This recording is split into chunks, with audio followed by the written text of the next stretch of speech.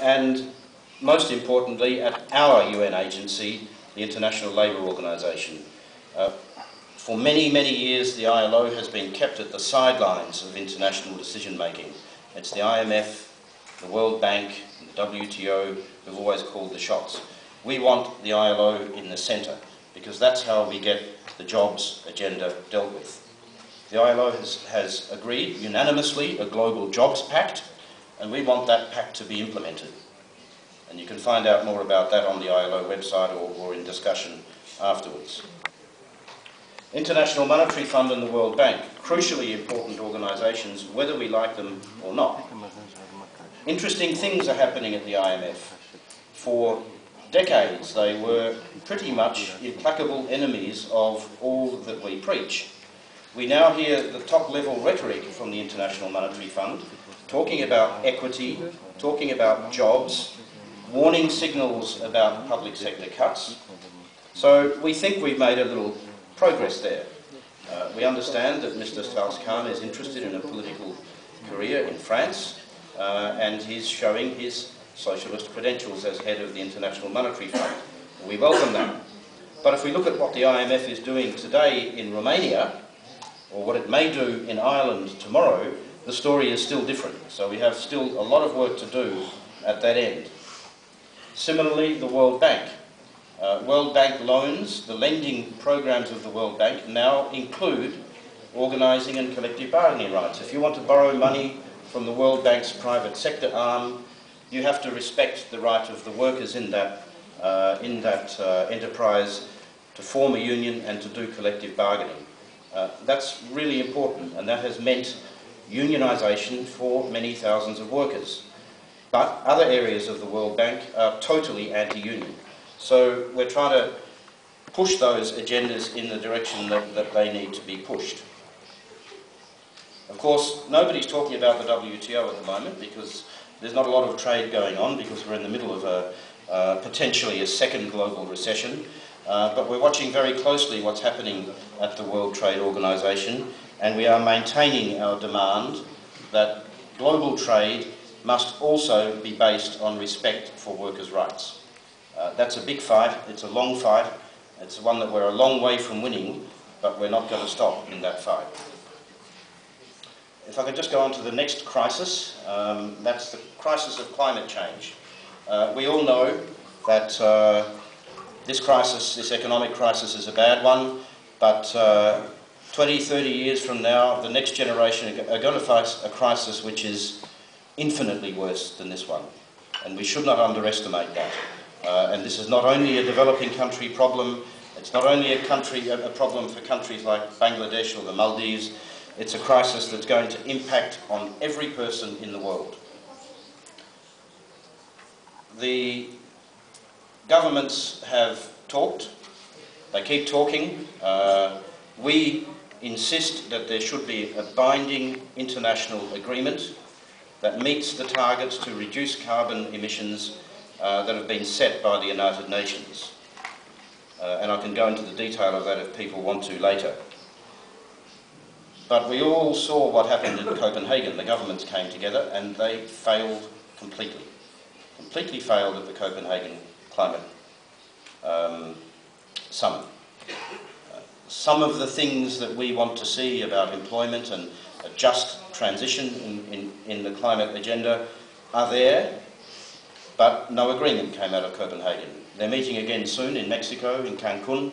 We don't think there's going to be any agreement there, and we're even worried that the agenda is going to go backwards.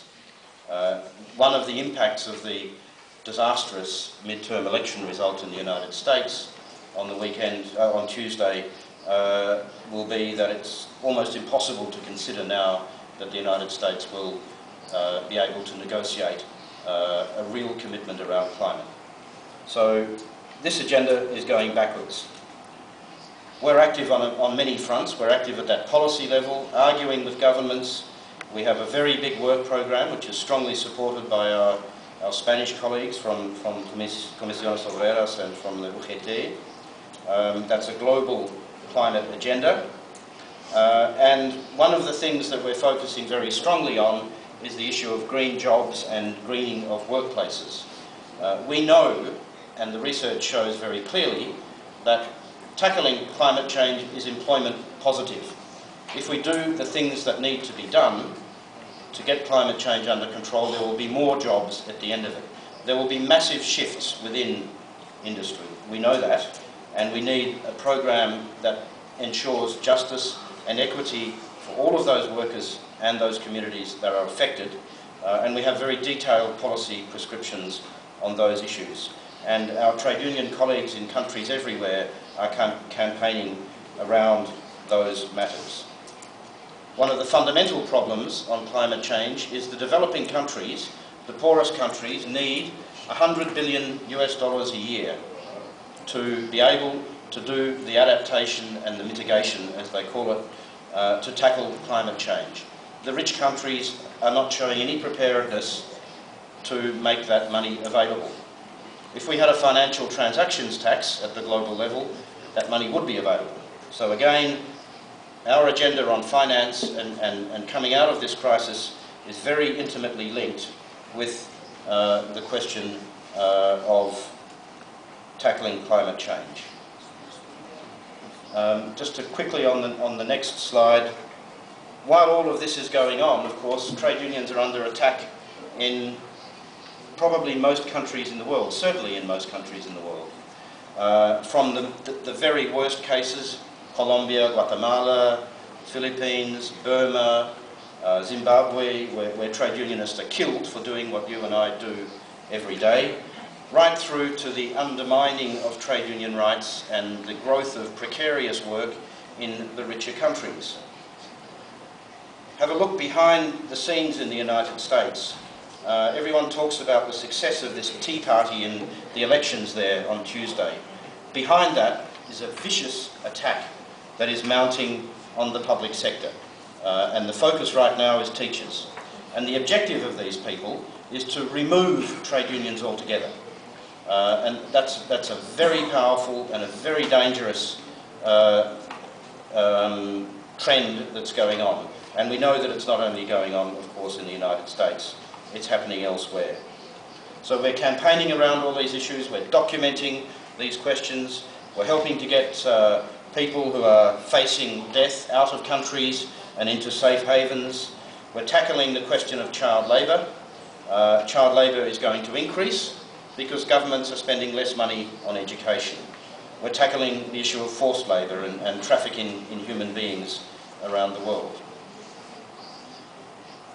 Next area that I want to touch on is the question of our work on equality in society and in the workplace and in trade unions.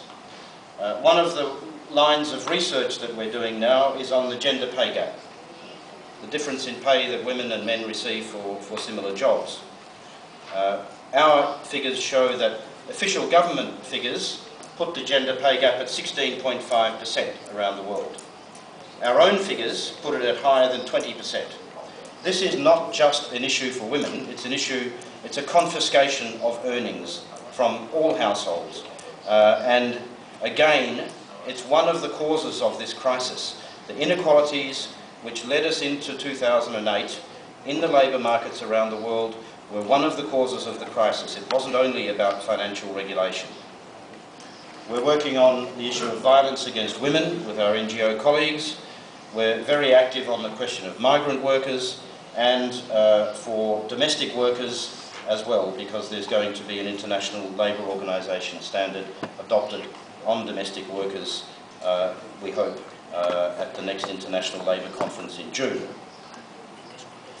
I want to spend a couple of minutes now just on the next slide. I'm probably running over time, but this is an area that I'm very passionate about. It's the question of young workers, because they're the people who are going to pay the most for this crisis.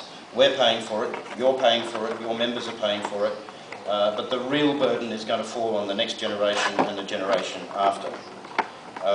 The research that we're pulling together on youth unemployment shows in richer countries 40–50% of young people out of work. In the developing world, 75–80% of young people can't get a job. That we know is a social time bomb, but it's also a betrayal of the next generation. And this will be made worse by the fact that governments, again, are spending less on education and training. So we as trade unions have to engage with young people. We have to be seen to be advocating and campaigning and mobilising with them and on their behalf. We also know that the average worker is about 10 or 15 years younger than the average trade unionist. So at current trends, we're a dying movement. We've got 20 or 30 years left and we're finished. So we have to be there in those spaces where the young people are. We have to mobilise with them. We have to be in the social networking, in the internet. We have to be present through the mobile phone technology to be in the space that young people's heads are occupying, because very often it's a different space to the ones of our generation. So we have a whole work program on that area as well, which is all about engaging young people. My last two slides, I want to talk about the questions of mobilisation, of campaigning and of organising. We at the ITUC have 7 October each year is the World Day for Decent Work. Sometimes we get millions of people on the street, sometimes we get a bit less than 1 million. But this is becoming an international day. It's becoming an internationally recognised day. It's there for trade unions around the world to use, to mobilise, to pull attention onto the international trade union agenda. Second area is the question of trade union organising. We're now gearing up to tackle some very big and powerful multinational companies, and we're having a special meeting in January to pull together a list of companies that we're going to go after, because we're sick and tired of some of these very powerful multinationals, many of them European, behaving reasonably well in Europe and then exploiting workers ruthlessly elsewhere in the world. So we're going to tackle that issue, and the message to some of those companies is look out.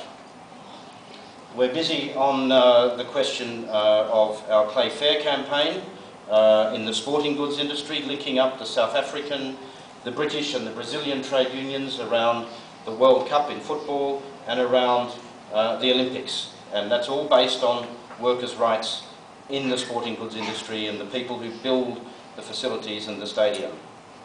And we're also, of course, permanently active on the question of peace and disarmament. This year, the United Nations had a session on nuclear non-proliferation.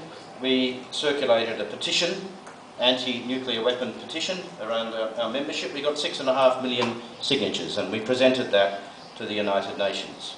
We're active in trade union solidarity in the Congo, in the Great Lakes region in Africa, in the Middle East and many other parts of the world, because ultimately peace and disarmament are permanent and fundamental components of our philosophy and of our constitution.